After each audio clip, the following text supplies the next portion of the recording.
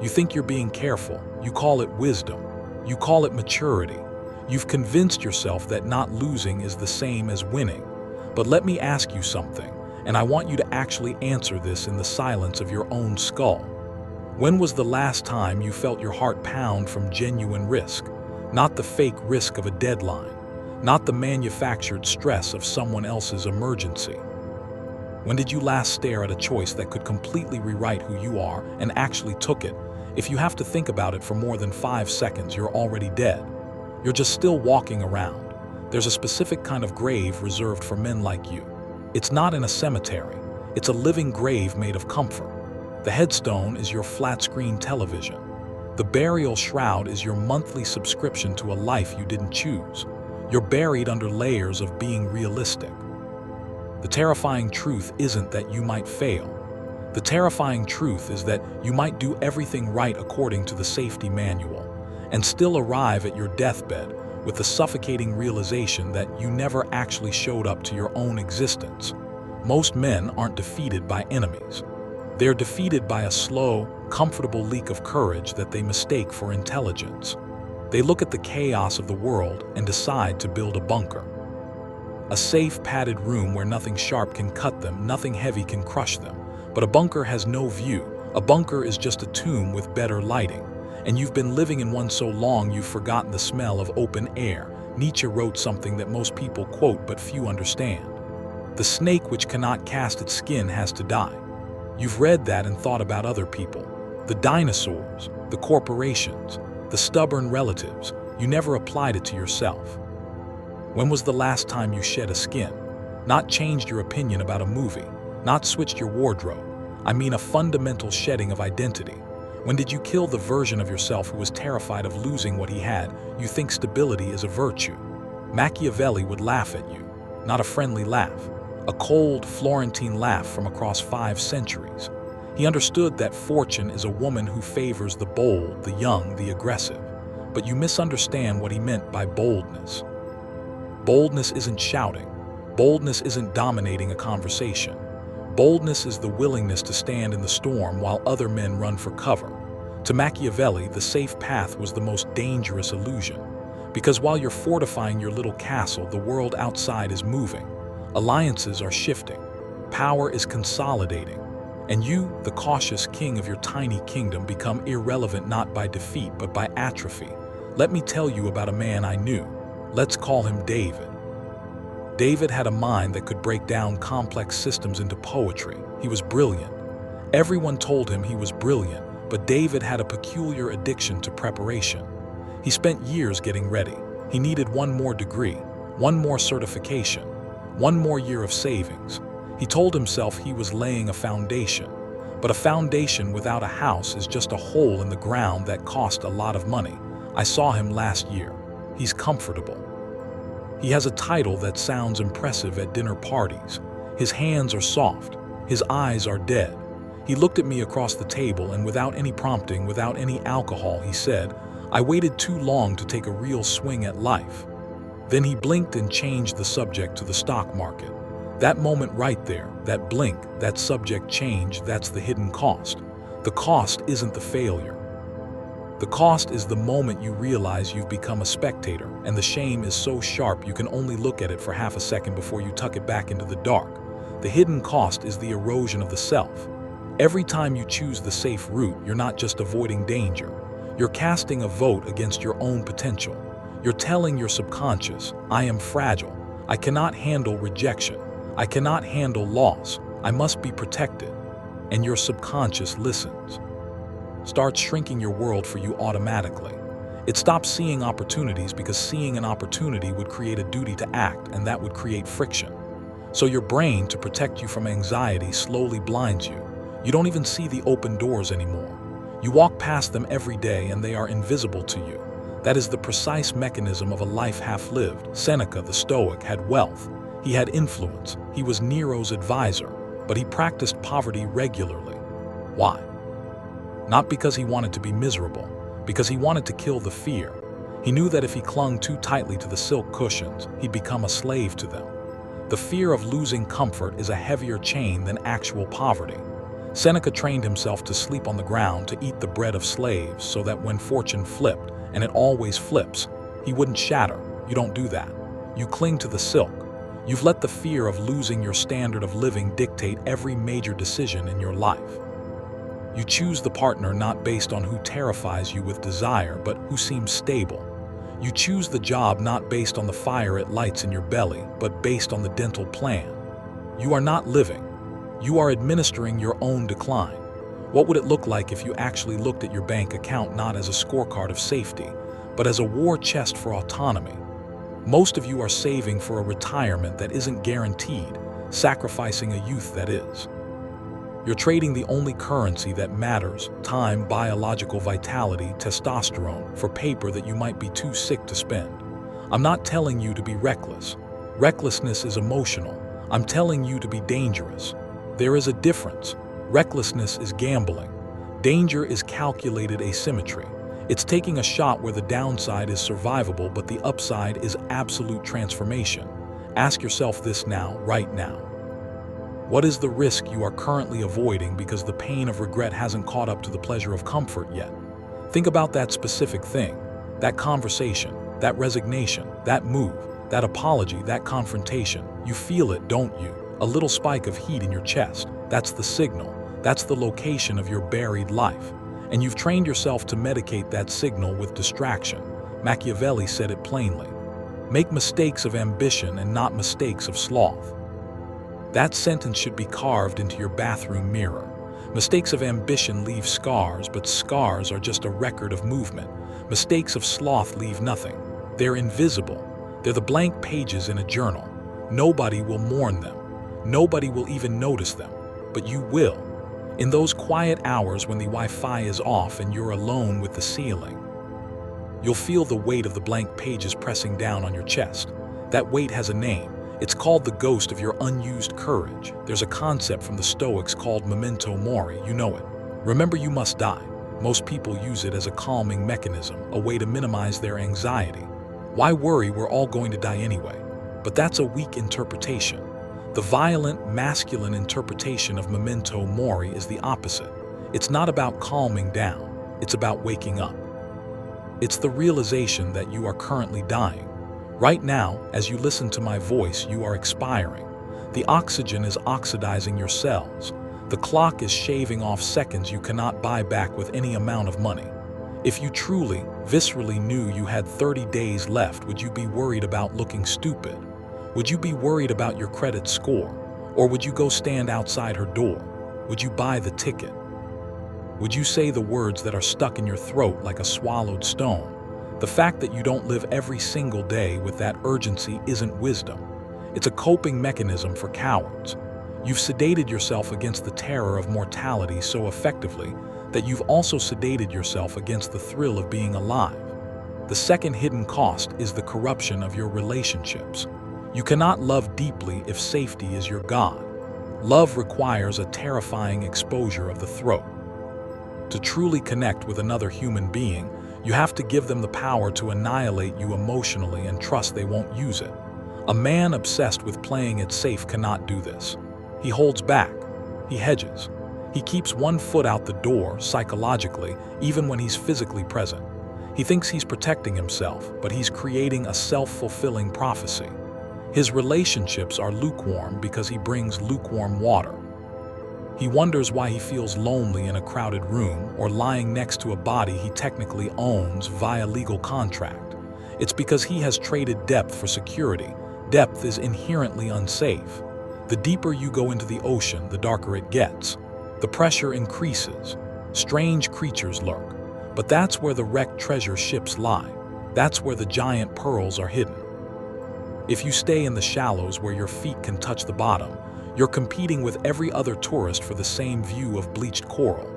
The hidden cost of playing it safe in love is a bland, soul-crushing loneliness that wears the mask of companionship. I remember a woman I once knew. She saw through me better than I saw through myself. That's the danger, isn't it? To be known. She offered a connection that didn't just invite me to change, it demanded it. She was a wildfire, and I looked at my neat, orderly little life and I calculated the rebuild cost, so I ran. I gave her a very mature, very reasonable explanation about timing and differences. But I was just afraid of being burned, afraid of not being enough.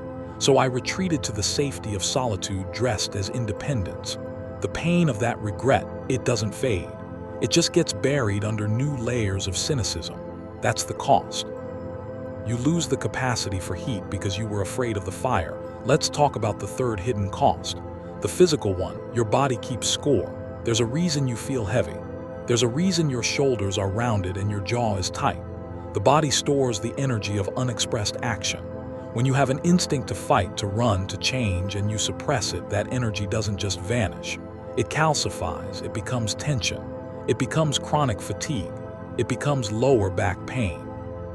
It becomes a lack of eye contact. You are carrying the corpse of all the risks you didn't take in your fascia, in your nervous system.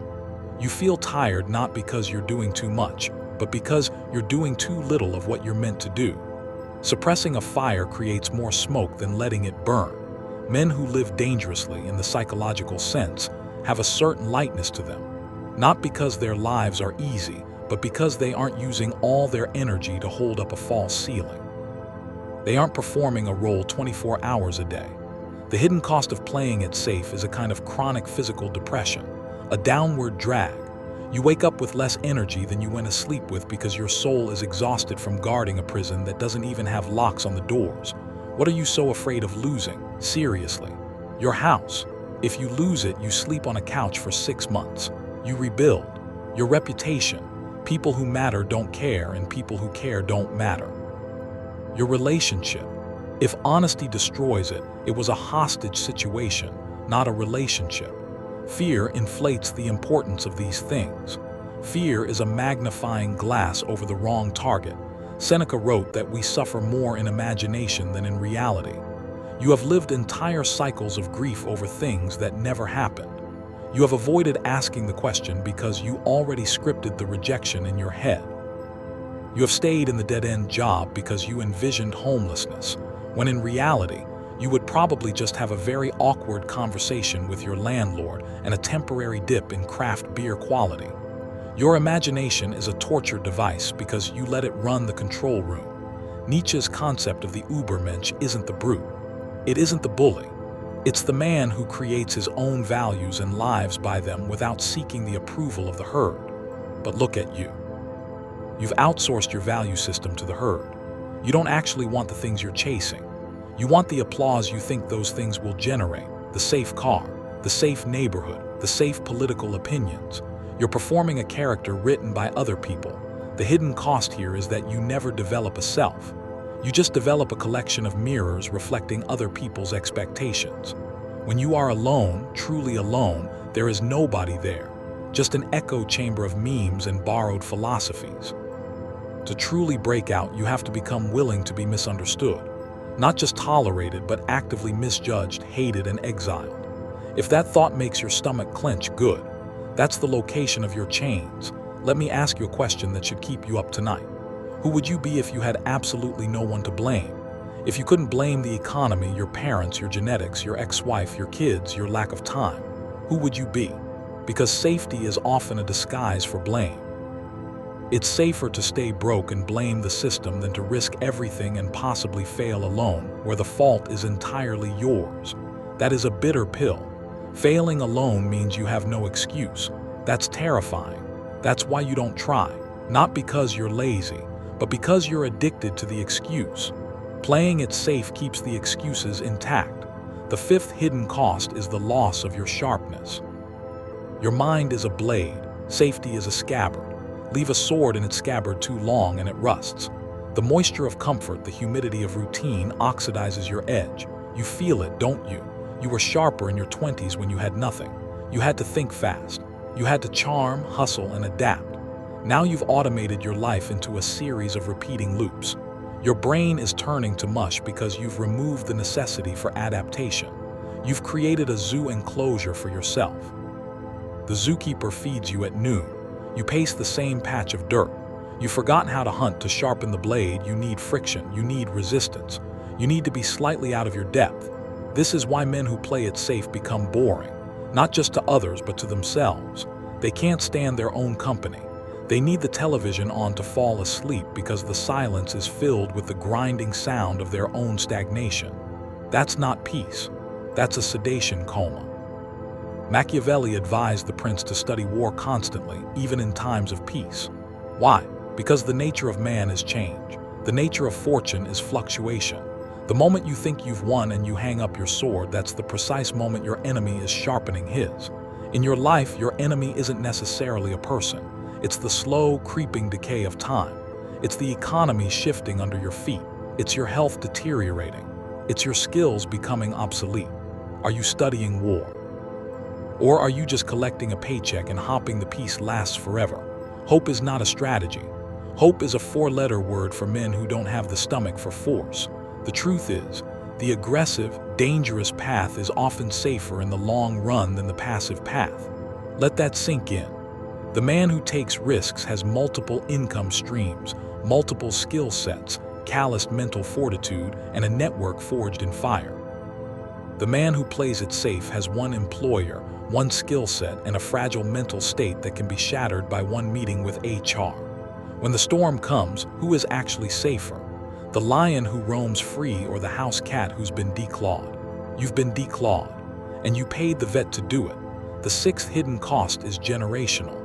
You are not just ruining your own life. You are modeling mediocrity for everyone who looks up to you. Your children, your younger brothers, the interns at work, they look at your life. They see the nice car, the golf clubs, the steady nod of approval, but they can't see the deadness inside. They can't see the suppressed rage. They can't see the tears you hold back when you're alone on the highway at night for no reason you can articulate. So they mimic the surface. They think that's the goal. You are passing down a disease of risk aversion that will make your bloodline weak. You are creating a lineage of safety addicts who will be utterly unprepared for the future because the future does not reward safety. It never has. It rewards the adaptable, the brave, and the insane few who bet on themselves against all odds. What legacy are you leaving? A savings account or a story worth telling? When you're in the ground and the worms are finally freeing you of all that stress, someone will stand up at your funeral. What will they say? He was very punctual. He never took any chances. He kept his head down. Is that the epitaph you're bleeding for? A participation trophy on a tombstone? The very thought should revolt you. I need you to look at your life right now and identify the specific area where you are most afraid, not the second most, the most. The thing you just thought of and then immediately tried to unthink. That's your target. That is the wound you must cauterize. The hidden cost of avoiding that thing is that it metastasizes. It doesn't stay contained. Your cowardice in your career will eventually poison your love life. Your fear of confrontation in your relationship will destroy your self-respect, which will tank your business. You are a unified system. You cannot compartmentalize decay, so what do? You don't need a motivational speech. You need a mirror. You need to stand shirtless in front of it, not looking at the biceps you built at the safe, air-conditioned gym, but looking at the eyes. Look for the traitor in your own eyes. That traitor is the part of you that wants to shut down, that wants to avoid the pain of growth. You have to declare war on that part. Not tomorrow, not next week. Tonight, start with the words, the unsaid words. Say them, send the message, make the call. If you're afraid she'll leave, let her leave. If you're afraid he'll fire you, let him fire you. The act of stepping into the fire voluntarily is the only cure for the fear of burning. Once you realize you can survive the worst-case scenario, you become ungovernable. And that, my friend, is the ultimate power. A man who cannot be controlled by fear becomes a force of nature. The Stoics talk about the dichotomy of control. There are things within your power and things not. Most men use this as an excuse for passivity. Oh, I can't control the outcome, so why try? That's a perversion. What they meant was, you cannot control the external result, but you can and must control the internal intensity of your effort. The excellence of the attempt is up to you. To play it safe is to voluntarily offer a poor-quality attempt. It is a sin of the soul. It is a refusal to fulfill your end of the cosmic bargain. There is a hole in the universe shaped exactly like your potential. Nothing else can fill it. If you refuse to grow into it, that hole remains an eternal wound in the fabric of reality. I'm aware that sounds grandiose, but what if it's true? What if your withdrawal from life isn't just a personal failure but a tiny local apocalypse? A unique light extinguished not by tragedy but by a lack of oxygen, by a lack of courage, by the slow suffocation of playing it safe. Let me take you back to a personal moment. I'm in a parking lot, it's raining. The engine is off. I'm watching the water slide down the windshield like liquid static, and I have a choice. Inside that building is a life I could step into, a hard life, a life where I might be laughed at, a life where I have no guarantee of a paycheck, a life of exposure. And behind me is the life I know, the life of a warm bed and predictable meals and zero judgment. I sat there for 40 minutes. I didn't think. I just felt the war between the animal who wants comfort and the man who needs meaning. And in that silence, I realized comfort wasn't even making me happy. It was just making me numb. So I opened the door, and the rain hit my face. And I felt for the first time in years that I was actually inside my body. That moment of walking across that asphalt was more alive than 3 years in the cubicle of the mind. You are in that parking lot right now, listening to me. The engine is running. You're looking at the building. You can turn around, or you can step out. The hidden cost of playing it safe is that you might stay in that car forever, engine idling, until the gas runs out and the battery dies and you freeze to death in a parking lot 20 feet from the door. Machiavelli knew that the ends justify the means. But what is the end? The end isn't money. The end is a death you can be proud of, a life that exhausted you completely, a risk that left you scarred but grinning at the gods who tried to take you down. The means to that end is the daily, painful murder of your own cowardice. It's not a one-time event. It's a daily ritual of aggression against the soft parts of yourself. The seventh hidden cost is the most tragic. You lose your ability to recognize yourself. There will come a day, sooner than you think, where you look in the mirror and you see a stranger. A well-dressed, polite, comfortable stranger who has never held a real conversation with the soul inside. This stranger has your name. He has your social security number. He has your memories, but they're muted like a movie he saw once about someone else's life. This dissociation is the final price. You become a ghost haunting your own house while you're still breathing. Don't let that happen. Not out of hope, not out of positive thinking, out of pure, seething, dignified anger at the waste of it all. Be angry at the entropy. Be angry at the fear. Use that anger as fuel to move. In the end, the fire will go out. The light will fade. But the heat you generated while you burned, that's the only thing that ever mattered. Don't let your fire die while you're still feeding it oxygen. Play the game with the audacity of a man who has nothing to lose, because in the stark, cosmic sense, you have nothing to lose. It's all on loan. The time is borrowed. The blood is borrowed. The breath is borrowed. The hidden cost of playing it safe is a receipt you're handed at the end of your life, itemizing all the moments you traded for security. By the time you see the total, the return policy has expired. Don't wait for that invoice. Last line. Most men don't die of failure.